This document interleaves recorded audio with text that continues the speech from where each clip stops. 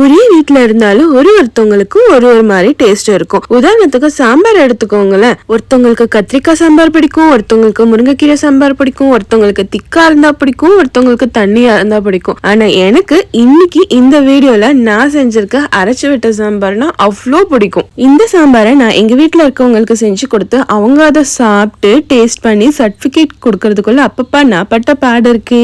இந்த சாம்பார் இன் ப்ராசஸ்ல இருக்கும் போதே வீடே மனக்கும் டேஸ்ட். அப்படிப்பட்ட இந்த சாம்பாரை எப்படி செய்யலாங்கிறத பார்க்கலாம். முதல்ல நான் இந்த சாம்பாருக்கு தேவையான மசாலாவை ரெடி பண்ணிக்கிட்டேன். இதுக்கு ஃபர்ஸ்ட் கடாயில 1 டீஸ்பூன் போல கடலைப்பருப்பு, 1 டீஸ்பூன் போல உளுந்து, 1 டீஸ்பூன் போல தனியா, எல்லாமே ஈக்குவல் ரேஷியோ. அதிகமா எடுத்துக்கிட்டோம் அப்படின்னா நம்ம இதை மொத்தமா இதுல ஆட் பண்ணிக்க போறதுல சாம்பார்ல நிறைய வந்துடும். ஸோ மறுபடியும் ஸ்டோர் பண்ணி யூஸ் பண்ற மாதிரி இருக்கும். ஒரு டைமும் நம்ம ஃப்ரெஷ்ஷா ப்ரிப்பேர் பண்ணி யூஸ் பண்ணும்போது அதோட டேஸ்டும் மனமும் வேற லெவல்ல இருக்கும். ரொம்பவே முக்கியமான விஷயம், எதையுமே ஹை ஃப்ளேம்ல வச்சு வறுக்க கூடாது. எல்லாமே நம்ம சிம்ல வச்சுதான் வறுக்கணும். அப்பதான் டேஸ்ட் நல்லா வரும். அது மட்டும் இல்ல, எதுவுமே கருத்துற அளவுக்கு வறுக்க கூடாது. எல்லாமே பொன்னிறமா வர வரைக்கும் மட்டும்தான் வறுக்கணும். இதெல்லாம் நல்லா பொன்னிறமா மாறினதுக்கு அப்புறம் ஒரு பிளேட்ல டிரான்ஸ்ஃபர் பண்ணி வச்சுட்டேன்.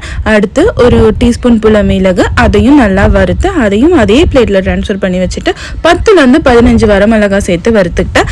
ஆக்சுவலி பாத்தீங்கன்னா வரமிளகாய் உங்க காரத்துக்கு தகுந்தாப்புல நீங்க கூட்டி குறைச்சு கூட சேர்த்துக்கலாம். அடுத்து 1/2 ஸ்பூன் ஜீரகம், அதுவும் நல்லா பொன்னிறமா வந்ததுக்கு அப்புறம் பிளேட்ல டிரான்ஸ்ஃபர் பண்ணி வச்சுட்டு அதே கடாயில 2 டேபிள் ஸ்பூன் போல துருவின தேங்காயை சேர்த்து அதையும் நல்லா வறுத்துட்டு இதெல்லாம் ஆறுனதுக்கு அப்புறம் மிக்சர் ஜார்ல சேர்த்து அரைச்சு எடுத்துக்கணும். தண்ணி எதுவும் சேர்த்துடக்கூடாது. அதே சமயத்துல ரொம்பவும் மைய அரைச்சிடக்கூடாது. கொஞ்சம் கொரப்பா அரைச்சு எடுத்துக்கணும். அவ்வளவுதான், நம்ம சாம்பாருக்கு தேவையான ரொம்பவே முக்கியமான இன்கிரீடியன்ட் ரெடி பண்ணியாச்சு. அடுத்த கடாயில 3 டேபிள் ஸ்பூன் போல எண்ணெய் நல்லா காஞ்சதுக்கு அப்புறம் கடுகு, 10ல இருந்து 15 பூண்டு நல்லா பொன்னிறமா மாறினதுக்கு அப்புறம் கருவேப்பிலை, அதுக்கப்புறம் ஒரு மீடியம் சைஸ் வெங்காயம் சின்னதா சாப் பண்ணது, இதெல்லாம் சேர்த்துட்டு நல்லா வதங்கினதுக்கு அப்புறம் 2 சின்ன தக்காளி சின்னதா சாப் பண்ணது. நான் இன்னைக்கு கத்திரிக்காயும் முருங்கைக்காயும் தான் இந்த சாம்பார்ல சேர்த்திருக்கேன். ஆக்சுவலி இதுதான் என்கிட்ட இருந்துச்சு, சோ அதை சேர்த்திருக்கேன். சாம்பார்ல என்னென்ன காய் சேர்ப்போமோ அதுல எது வேணாலும் நம்ம சேர்த்துக்கலாம். கத்திரிக்காயோட நேரம் ஓரளவுக்கு மாறும்போது 1/4 ஸ்பூன் போல மஞ்சத்தூள், தேவையான அளவுக்கு கல்லுப்பு, இது ரெண்டையும் சேர்த்தின பிறகு ஒரு 2 to 3 மினிட்ஸ் சாட்டே பண்ணிட்டு நல்லா ஒரு சொம்பு அளவுக்கு தண்ணியை ஊத்திட்டு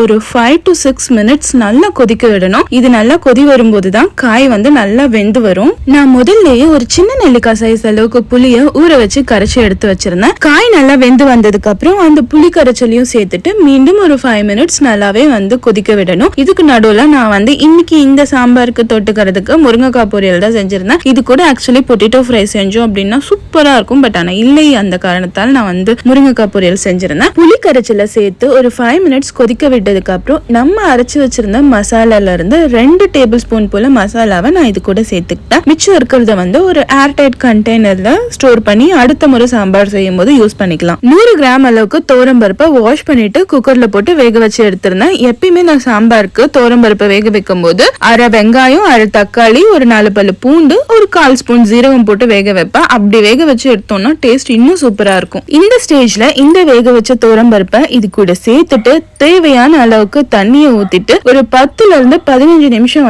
நல்லா கொதிக்க விடணும். இந்த சாம்பார் கொதிக்கும் போதே கிச்சனுக்குள்ள மட்டும் இல்ல, வீடு ஃபுல்லாவே சாம்பாரோட ஸ்மெல் தான் அப்படி தூக்கும். ரொம்பவே டெம்டிங்கா இருக்கும். ரொம்பவே முக்கியமான விஷயம், சாம்பாரை இந்த 10ல இருந்து 15 நிமிஷம் கொதிக்க விடும் போது நடுவுல கிளறி விடணும், இல்லைன்னா அடிப்பிடிக்கும். அவ்வளவுதான், நம்ம பினிஷிங் ஸ்டேஜுக்கு வந்தாச்சு. நல்லா கொதி வந்ததுக்கு அப்புறம் ஒரு முறை நல்லா மிக்ஸ் பண்ணி விட்டுட்டு கடைசியா கொத்தமல்லிய கார்னிஷிங்க்கு சாப் பண்ணி தூவிட்டு ஸ்டவ் ஆஃப் பண்ணிட்டு இறக்கி விட்டுட்டோம் அப்படின்னா சூப்பரான மணமணக்கும் அரைச்சு விட்ட சாம்பார் ரெடி. நான் இன்னைக்கு இது கூட முருங்கைக்காய் பொரியல் வச்சுதான் சாப்பிட்டேன். டேஸ்ட் சூப்பரா இருந்துச்சு. நீங்க கண்டிப்பா ட்ரை பண்ணி பார்த்துட்டு எப்படி இருக்குன்னு கமெண்ட்ஸ்ல சொல்லுங்க. மீண்டும் ஒரு லோகல் இணைப்போம். பாய்.